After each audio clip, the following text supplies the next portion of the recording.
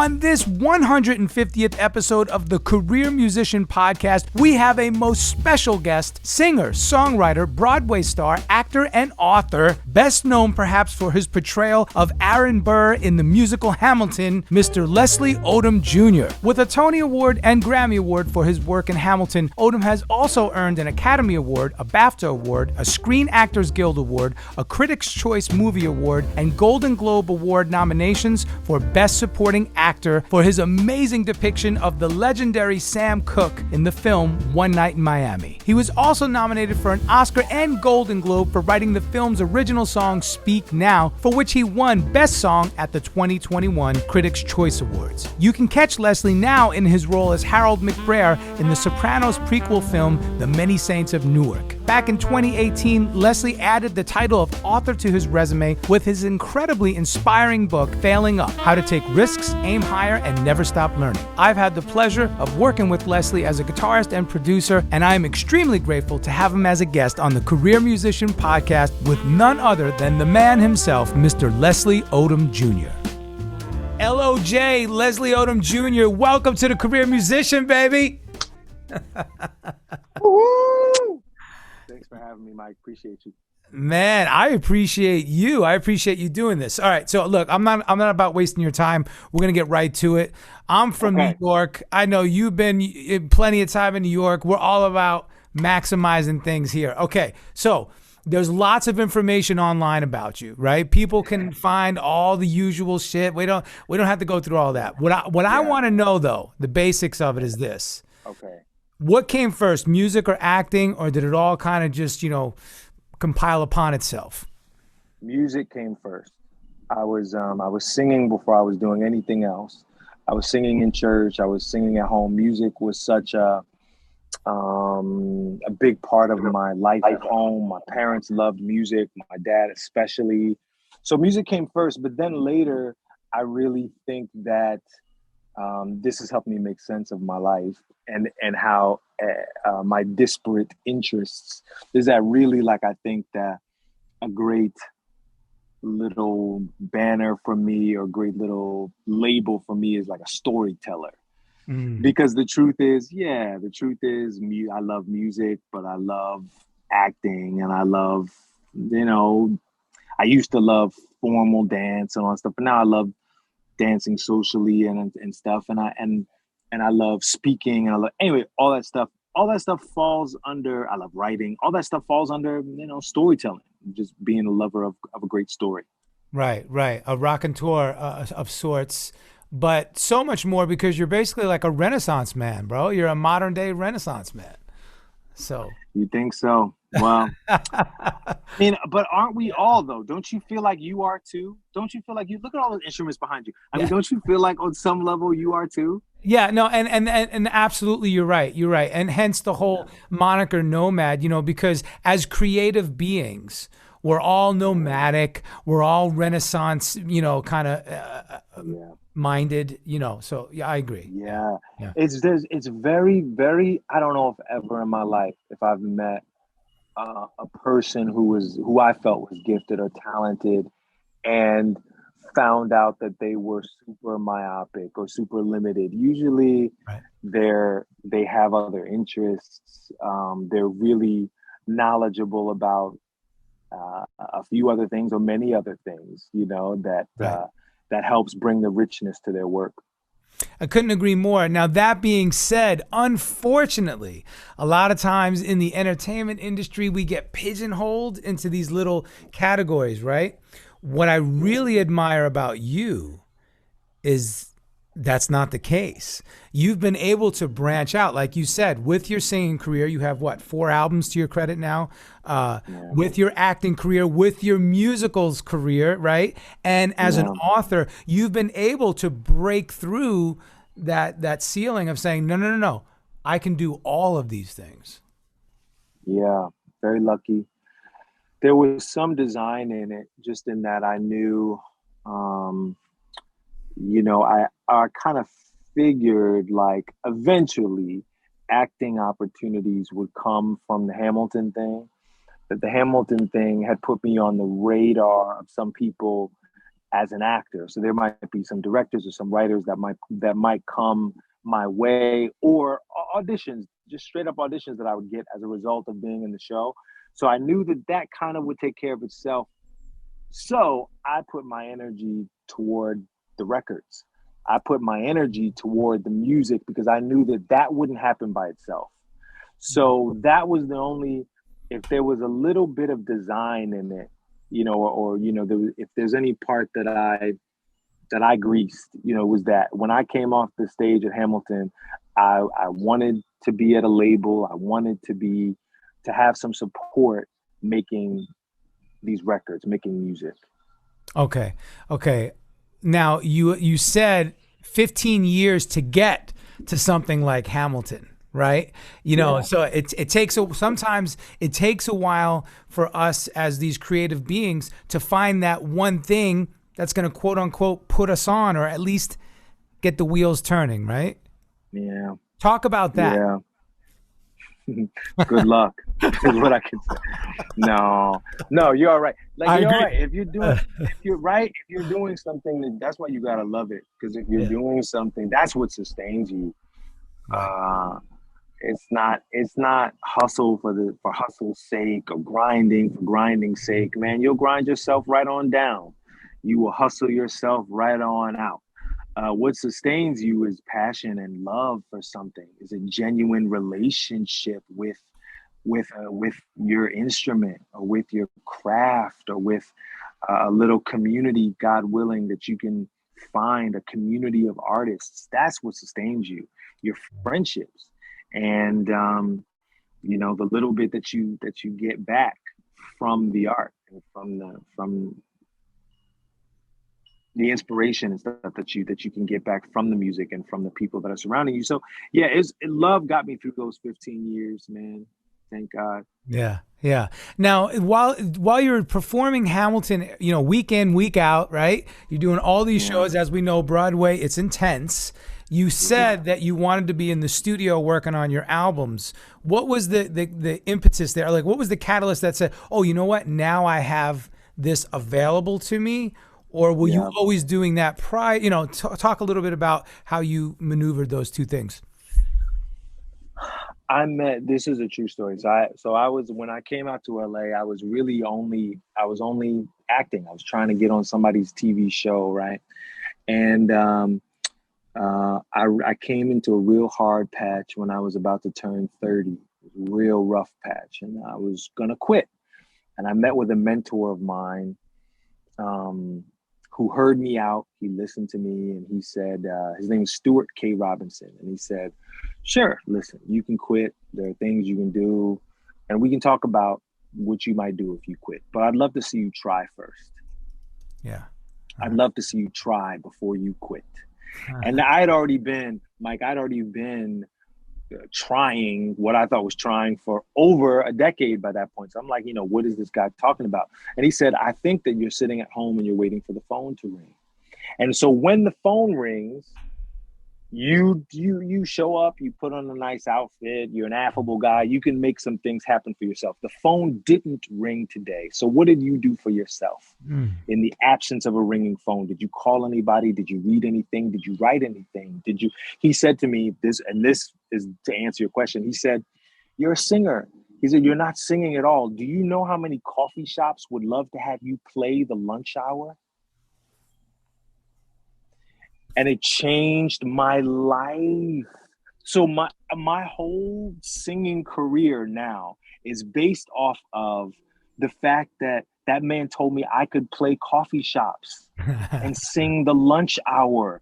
Because I was like, all he was saying was that there are all of these, before you quit, before you leave this thing behind, there are all these ways that you can, they're humble ways, but there are ways that you could still make a life for yourself, make a living as an artist. And it changed my life.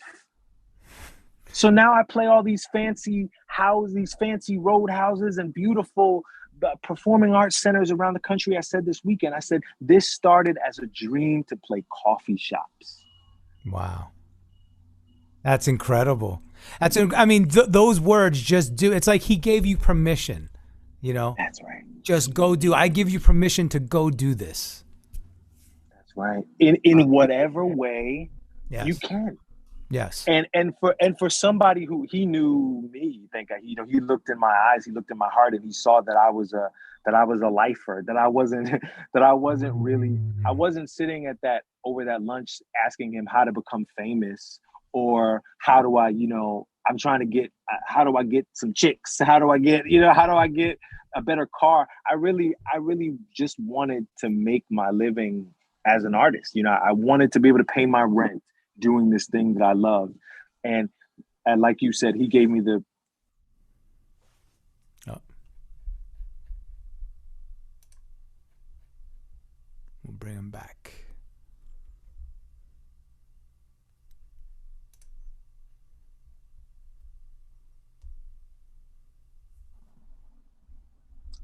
sorry. No, that's all right. I figured you probably got a call or something. Yeah. Good. Yeah, and then like he saw that I wasn't looking, I wasn't at that meeting saying like, can I be more famous, or show me how to get the girl, or show me how to get a better car. I really was looking, I was on some level my heart was crying out like, help me figure out how to make this my life, to make a living as an artist, to be able to pay my rent and feed myself as an artist. And he pointed me toward the humblest road, and it has led to just the most beautiful, glorious life. I'm so grateful.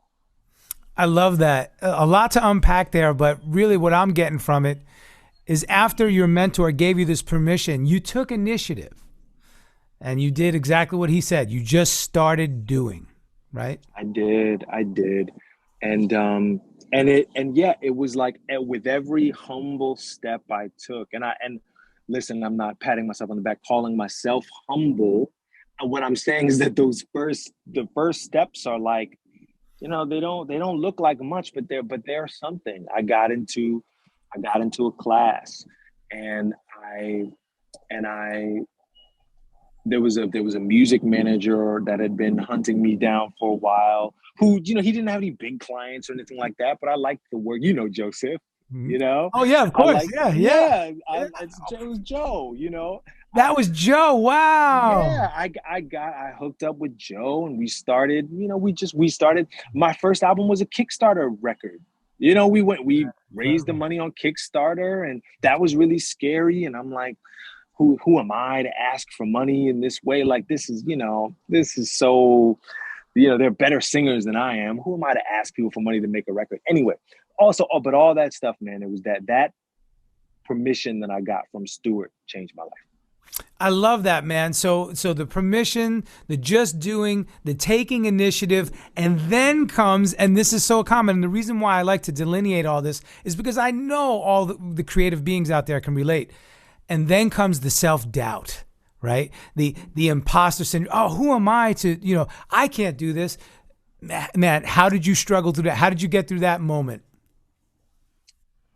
Um, how do I get through those moments? Because they're still Right, there. But I right, remember, well, I'll speak about the Kickstarter record anyway, to, in case there's anybody sort of at that place. I with Kickstarter, I'll speak for myself. I've learned to speak for myself. I kind of envisioned that I was going to like go out to a bunch of strangers and ask them for money, like I was going to be begging a bunch of strangers. And the truth is, when I looked at my donor list, um, it was it was my middle school teachers and my parents' friends and my cousins and my college buddies and people that I'd known in LA who were willing to give me $15 or $25 or wow. $50, or you know what I mean? Yeah. And I realized that it was my community. There were very few strangers, a couple, but Right. it was mostly people that had known me since I was a kid and knew that I liked to sing, Mm. and took a chance on me. So I like to say, my community really gave me my first record deal, because that was the record that I took into the label and was like, this is the kind of music I want to make. So it really did make a difference. But yeah, man, The self-doubt, the only way you get over self-doubt is a little bit of courage, man. A little bit of courage. Mm. And it's a beautiful thing because um all of that is theory. We like to think of ourselves as brave people, as courageous people, or as daring people, all those things. But you don't know if those things are true until you test them, Mm. until you get to prove it to yourself. And so anybody that's feeling a little bit of self-doubt or a little bit nervous about it, that, this is a chance to prove something to yourself about yourself. You and I now, all these years in, a few decades in, we have evidence of who we are under stress or under in success, because sometimes success can make people, it's like it make people monsters, so you need the evidence to prove who you are. So a little bit of courage. That's all.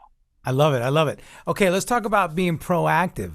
So All right. this all happened, and serendipitously, I look at Twitter one day. Now, admittedly, I was never a big Twitter user, right? And I just see this message pop up. It's a DM, and it's like Somebody begging you. like, yo, it's Leslie Odom. Obviously, clearly, it says who it was. I'm looking for somebody to work on guitar. I need this vibe. You're the perfect person. I mean. Perfect. Wow. I mean, so let's talk about that because Yes. you sought it out. You said, this is the sound I want. Man, yeah. Bro, no, what do I have to lose? What do I have to lose? I had been speaking of Joe, there was a sound that I was looking for that I don't play really. I'm not a musician in the way that you are. And so I was describing a sound to Joe, and he kept bringing me talented players that were not delivering the sound. And me and Joe have had many fights, oh God, about many things over the years, and that was like one of our first ones. He was like, I think that there's something that you want that doesn't exist. And I'm like, oh motherfucker, don't tell me that something doesn't exist because you can't find it. And so I found you in like 15 minutes. I went on YouTube and I just started, I don't know what I put in, but I know, I thought of, I was like, you know what? Babyface is kind of, like he's a smooth vocalist who sometimes, there's sometimes acoustic in his sound. That's like right. Over the years, I know, like in his radio stuff. So who's playing for Babyface? I bet he's playing for himself. But if he's not, whoever the guy is playing for Babyface, might lead me to the guy that could play for me. And then I saw you. It was like. So yeah. Awesome. The thing about you is like,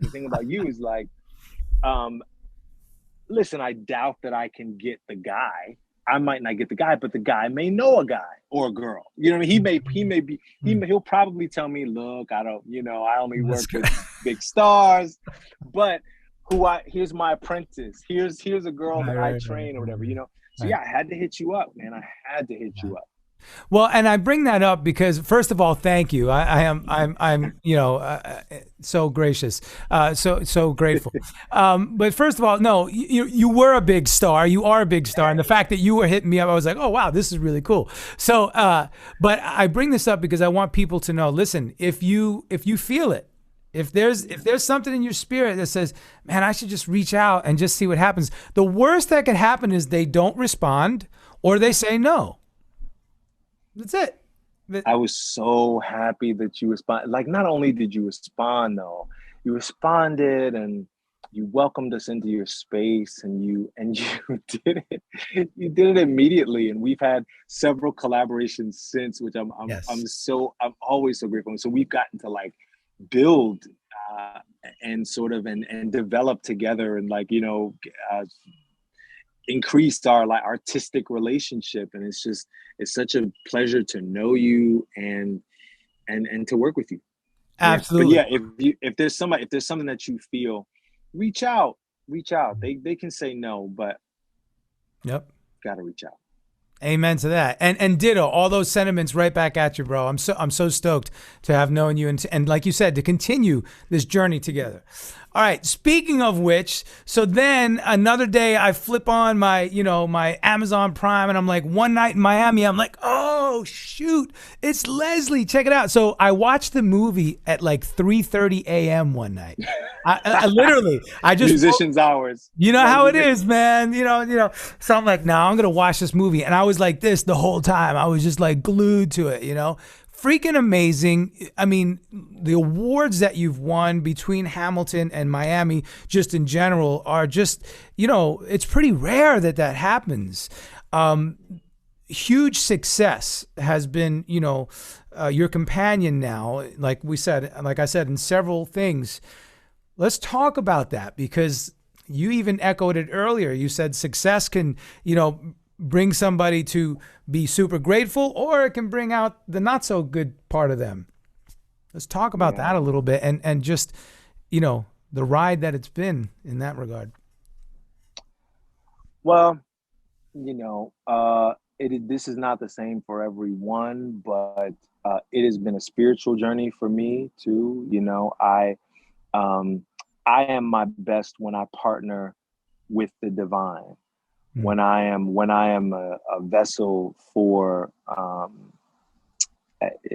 divine inspiration, and so anyway, this thing is linked to worship for me, and to my spirit forever and always. I wouldn't have it any other way. So anyway, there are rules in that for me, or there are guidelines, for when I think when you look at it in those waves, I'll say this is, I'm a guy that likes sacred space in my life. I protect sacred space, and my craft is sacred space for me. And so that is a space that is reserved for the best of me. Truly, like I am my least selfish. I am my most generous. I am my kindest. I am my happy, I don't want to say happiest, because I try to reserve that for my family. Right. But I am, there have been points where I've been my most joyous in this thing. So anyway, that means that, I can't pollute that with nonsense. I can't fly in the face of the divine, or spit in the eye of the divine by being petty or egotistical or unkind, in this space. This is where, I am there. I'm a protector of the space. I'm there to make sure that if there's anybody in this space, if a crew member feels disrespected, if there's anybody around me in this space that feels like they're not given the same permission that I've been given to be my authentic self and all that I can be in the space, then I am charged to nip that in the bud, to address that. That's right. Right. So anyway, that's what it's about for me. It is connected to my spirit and the best of who I am. That's beautiful. That's a beautiful thing, a beautiful way to view it, because it does create that sacred space. That being said, when you initially get those first phone calls, whether it's Hamilton or Miami or whatever it is, Murder on the Orient Express or Harry, whatever it is, do you get that? Whoa, wait a minute. Yeah, I can do that. How do you settle into that? Like, for instance, when they said, "Hey, we want you to play the role of Sam Cooke." Oh my God. Well, I just always think like you have the wrong guy. Like, I usually think you've got the wrong guy, but every now and again, there's something that I really go for, that I really, try to get and try to, and a lot of times I don't get those parts, most of the time I do not get those parts. And sometimes my number is called. Like sometimes somebody hits me up and they're like, "We think you'd be perfect for this." And I'm like, me? I don't know, but I met with Regina, and her heart was so pure, and I just thought she asked me in such a I mean, how do you, when Regina King asks you to do it, you shoot. Oh, if she believes in me, I got to find a way to believe in myself. And so that's what I did. That's a great point. I was going to say, and Regina King, I mean, her, you know, boy, the level that she's stepped up to is just incredible.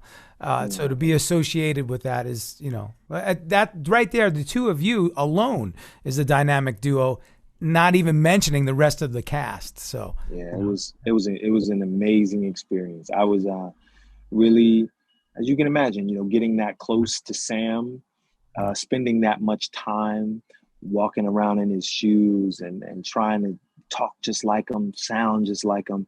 right. There was where there were things that I left that set a better artist, a better singer. Those things will be with me for as long as I'm here, man. Right.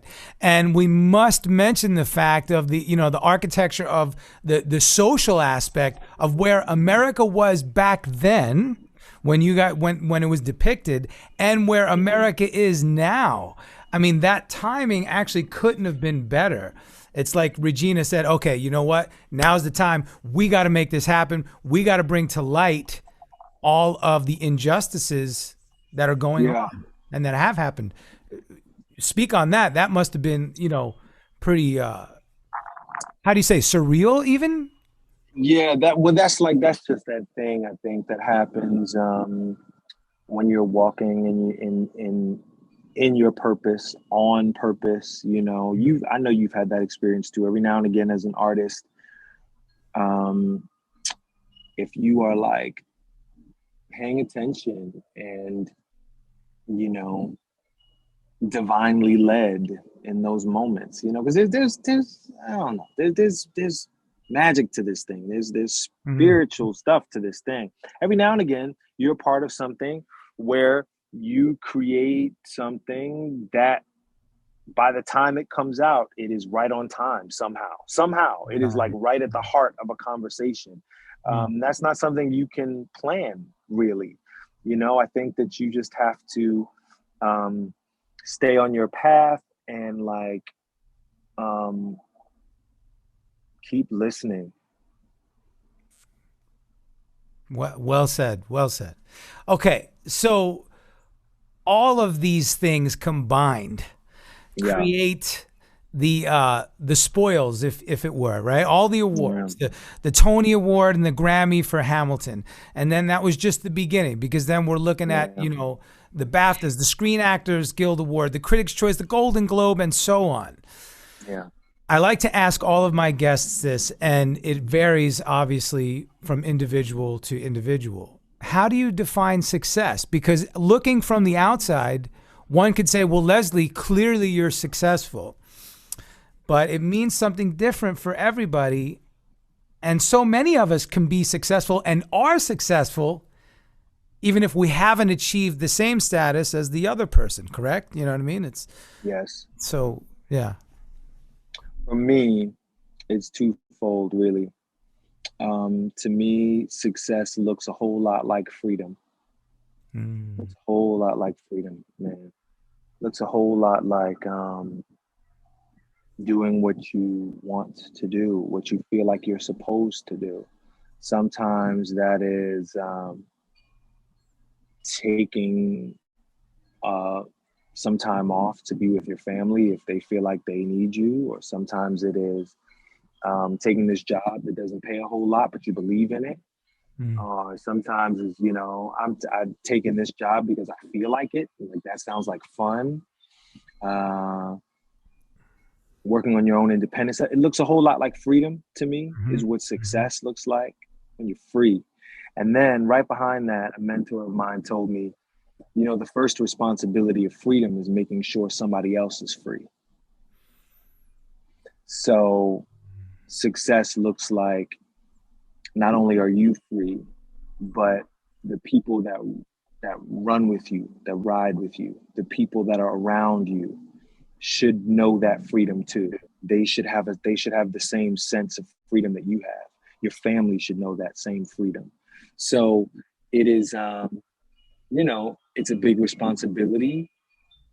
I think success is a big responsibility if you think of it like freedom, because right after that feeling of freedom, It's like, well, who can I free? Very interesting. I love that perspective. Now, early on, you mentioned grind for the sake of hustle. And and later on, you talk about being divinely led. And, you know, what a juxtaposition, right? The dichotomy of the two, because grinding for the sake of grinding, like you said, will wear you out. But being divinely led in your path is so much more enlightening, right? Yes, yes. And it sounds like that's the perfect equation, because the way we frame that equals the freedom, the success, freedom, right? So it's about balance. You know, my whole life is a struggle for balance. Like, you know, being the faith without works is dead, right? As the Bible says that. I mean, you know, you need to grind, you need to hustle, and every now and again, you need to be still and be quiet. Like, there comes a point where you've pushed as hard as you could push. Look, you're nodding because you know you've gotten to those points. We all have where it's like, there is nothing else you throw up your hands and you're like, take it from here. I'm done. You know what I mean? absolutely. Right? But you certainly, you don't start there. No. You know, you got to start using your hands. You got to start, you know, so to me, it's a balance. It's really, you know, it's a back and forth. There is, especially when it's about a relationship with a craft, with with inspiration. Like, you can't muscle it, you know. There's discipline. There's discipline of like, yeah, every day I get up and I write every day. When I first get up, I work for 3 hours, right? And then, you know, there's times where it's not coming. You have to figure out a way to welcome it in, or to, you know, how do I open myself up more for it? So to me, it's about balance. I'm so glad you mentioned the discipline and the daily work habits and workflow. Something I love to ask guests is, you know, what your daily routine is like, your schedule. And again, that concept of laboring over it so much, but knowing when to stop laboring. So that being said, especially now you're juggling so many different projects, so many different types of projects. What does a day in the life of Leslie Odom Jr. look like? Oh my God, it's a mess, bro. As he rubs his brow. We have a very little baby. You know, we have a toddler and a very little baby. So congratulations, so yes, by the way. Thank you. So yeah, so that's all fucked up. But I believe in seasons too. You know, so I sort of, you know, my thing before a show, for instance, like I did 500 shows at Hamilton. I've done 1,000 shows since Hamilton, you know, just my little concerts and things that I do all around. And I don't do the same warm up every time because I don't need the same warm up every time. You know, there's times when I might do the same warm up 3 days in a row. And then the next day, let me take it easy. I think I'm all right now. What I need is to go like kick it with the band a little bit. Like, let me go like joke it up with the guys and like, let's get connected. Or, you know, I might, you know what, I haven't spoken to Nicolette in too long. Let me, like, I don't get to warm up before the show. Let me just connect with my family before this show. You know what I'm saying? Yeah. So like, there are seasons. I think that, you know, part of listening to yourself, listening to the wind. Bob Dylan said the answer is my friend and blowing the wind. So like, you know, and Bob knew. So yeah, like, right. You know, like you're listening to what do I need right now? Is this a season where I need to be getting up every day at 7 a.m.? Sometimes it is. This is the season where I need to be up at 5. I got to be up at 5 a.m. until further notice. I'm up at 5, I'm writing, I'm working out, I'm eating right. And then, you know, I don't think that you like that's a mandate for the rest of your life. There was a season for that. That was supposed to bring something out of you. And then, you know, then there's cuffing season when it's like, we sleep in right now. We make breakfast right now. Like, this feels good right now. We get up when we feel like it. We make breakfast. We talk. We listen to some music. We go to see a movie. You know, it's like, you know, you got to know what the season is in your life. That's right. Just like a good athlete, they go through seasons, right? Right. That's right. Yeah. Okay. So look, you've dropped a lot of wisdom so far, man. Oh And Lord. I'm building up to this because this is such a big deal. Again, with all the accolades you have, I think this is perhaps one of the most meaningful as it pertains to freeing those around you, like you mentioned. Failing up, how to take risks, aim higher, and never stop learning. Now, look, this is 3 years ago. It was published, 2018, but wow, because everything you're saying right now, I'm sure is an accumulation of all the stuff that you learned in life, and you put it in the book. That being said, words of wisdom, if you had to sum it up, to the struggling career musician out there, to the struggling career actor, to the struggling career writer, and so forth. Yeah. What would that be? Man, just love it. And I mean love is a verb. Love is a verb. And what does love mean? Like, how do you love something? Yeah. You tend to it.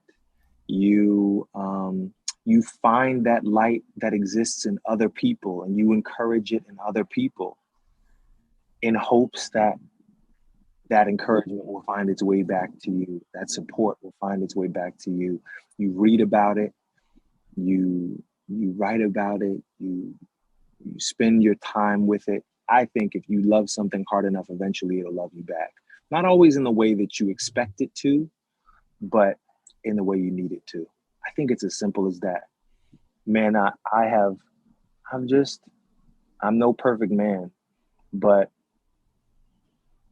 I've loved this thing in about as perfect a way as a man can. I mean, I wanted to be around it and inside of it, like, be for the joy of being around it. It's just been a lovely way to pass the days. And so I think that there are humble and beautiful rewards for that. My life has borne that out. So that's what I would say, man. I don't mean to sound like a Pollyanna, but there's lots of people can teach you how to grind and hustle and play better and practice more, and all that stuff goes with it. Is a given, especially when you love something. When you love something, it's the love of my children that gets me out of that bed when I'm tired, and keeps me devoted to them and makes me do things for them that I would not otherwise want to do. It's love. Right. No, you're absolutely right, because you can go online and learn all those other aspects that you talked about, how to study, how to get better, how to improve. But this coming from the source, this is something that, can't be just bottled up and, tweeted out. Yeah. What do you tell people? What do you tell people? What's the simple advice that you've given? Well, it's the same thing. It's the passion, and passion and love, and in my belief, they're synonymous. Yes. You have to have that deep passion, because look, if you're trying to make a quick buck, then it ain't gonna happen here, buddy. You can make a quick buck much quicker doing something else. Right. Now there are anomalies. There are those examples where, holy cow, I didn't see that coming. But okay, but that's the exception, not the rule. So yeah, I agree with you. My brother. All right, you ready for some rapid fire, and then I'll let you get back to your family? Let's go. Here we go. Favorite food? Soul food. Song or band that changed your life? The Cranberries. Hidden talents? Hidden. I don't have much as hidden. What's hidden? Cooking. I'm a good cook. As I say, because you're using all of your other talents. I know. I'm a good cook. Top 3 artists in your playlist? Oh, in my playlist, Emily King, Jay-Z, and top 3. Who would be my other? Oh, then probably Miles. Nice. Drink of choice when you find yourself relaxing? Oh, Patron, neat. Favorite city?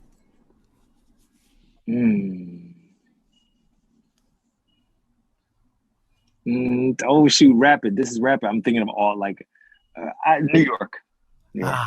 I was hoping you'd say that. Favorite decade of music?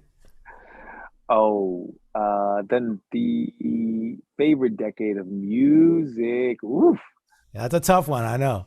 that is a tough one. My favorite decade of music might be, probably toss up between the 80s and the 90s. Name 3 tour essentials. Can't leave home without them. You're going on the road, gotta have them.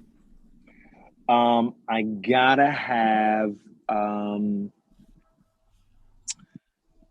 good luggage. I gotta have good coffee on the road, like, and Starbucks will pass as good coffee. I just can't have like weak, whack coffee on the road. Like, if you gotta find me you can find me the best coffee shop in town, but in lieu of that, I'll take the Starbucks is fine. But I gotta have strong coffee on the road, man. And a tour essential is also because I like my house. I like being home, so I gotta stay at good places. Like I can't stay at shitty places because then I'd rather be home. Well said. Oh man, that's always been a pet peeve of mine. I'm like, wait a minute, we're going on tour and you're putting me in this whack asshole. No, that's not.